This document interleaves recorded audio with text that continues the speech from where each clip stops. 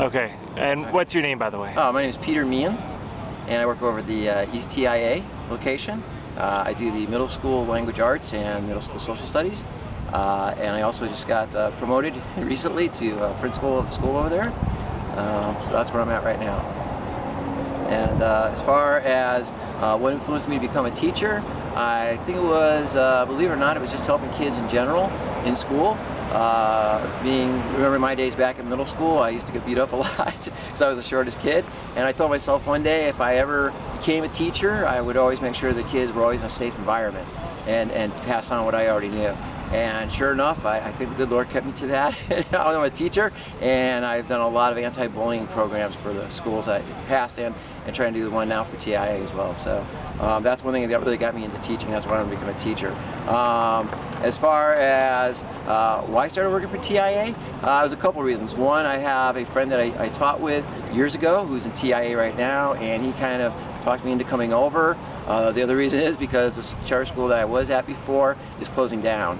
So it was a really good on the timing part, so that's one of the reasons. And I understand they do a lot of neat activities like this, having career day, which is awesome. I think this really helps the kids out a lot, and I really enjoy what they do for the kids, so that's pretty awesome. Tell us about a teacher that had an impact in school and why.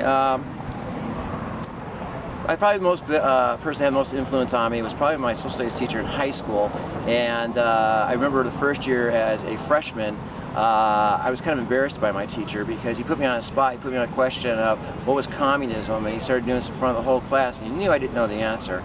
And I was really embarrassed, and I didn't ever want to answer a question again. And my favorite teacher came, same subject, the following year. He also happened to be my track coach too. And it was kind of neat because he would walk around to different tables and he'd hear the answers that the kids were talking about, or the subjects the kids were talking about, and then he took down notes. And then when he sat back down at his desk, he would start calling on kids. And of course, I was the first kid he called on, and he asked me a question, and I was able to answer it. And I'm figuring, wow, this is pretty cool. I answered a question. It felt good all of a sudden. I know something. And then a couple of questions later, he asked me again. And then once again, I was able to answer the question correctly. Now I had all this confidence built up inside of me. I'm figuring, wow, even if I get one wrong now, I'm still looking good because I got the first two right. And he really built up my confidence, and he was such a great teacher. And as a matter of fact, history was not one of my best subjects. Now I have a degree in it from the U of A. And I also won several awards in my high school for history, all because of this one guy. So it was not only a great thing to have him as a teacher, but also as a track coach. And so Mr. Conforto was my favorite teacher. And I'm trying to think what else we have here. Favorite subject in school. Well, other than PE and lunch, and my favorite subject in school probably was science. I like science, all the experiments, especially chemistry. I love doing the labs. I love being able to experiment and things like that. Didn't so much like the formulas you had to do, but the labs were a lot of fun, and you could pull pranks now and then as long as they weren't too dangerous. So chemistry was a blast. What do I teach now? You think, what is your favorite hobby? Favorite hobby? Wow, that's a good question. Favorite hobby? I don't have too much time for hobbies. I used to be coin collecting at one time, and then I went into, when I was really young, I used to collect baseball cards. I actually still do to a small amount, but I got a lot of good baseball cards from the 60s and 70s. So that was one of my favorite hobbies, card collecting. I still do a little of both now and then. Favorite color? I actually had three of them, red, blue, and black. Those are my three favorite colors.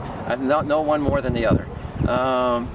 If you could be an animal, what would you be? I'd probably be either a giraffe or a penguin. Those are my two favorite, totally different animals. Giraffe because you get to see over everything and you get to check out all the scenery better than everybody else can, and you can see when danger is coming because you can see it coming for miles. Penguin probably because I just think they're a cool animal. I just like penguins.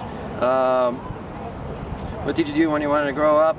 Well, believe it or not, it was every kid, especially a young boy, either a baseball player or a cop or a fireman, and teacher was in the background, but it wasn't very prevalent. Now here I am as a teacher.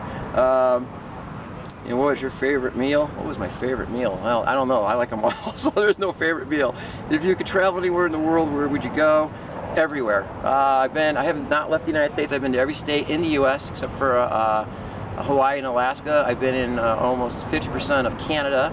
I really enjoy it in Canada. It's very beautiful up there. But I'd like to get outside of the U.S. borders. I've been down to Mexico a little bit, just across the border. But I really would like to get to Australia, and I'd like to get out to Alaska and Hawaii, get the final two states in. I'd like to get over into Asia, actually all over the world. I would love to travel. And I think that's it. I think so pretty much. So.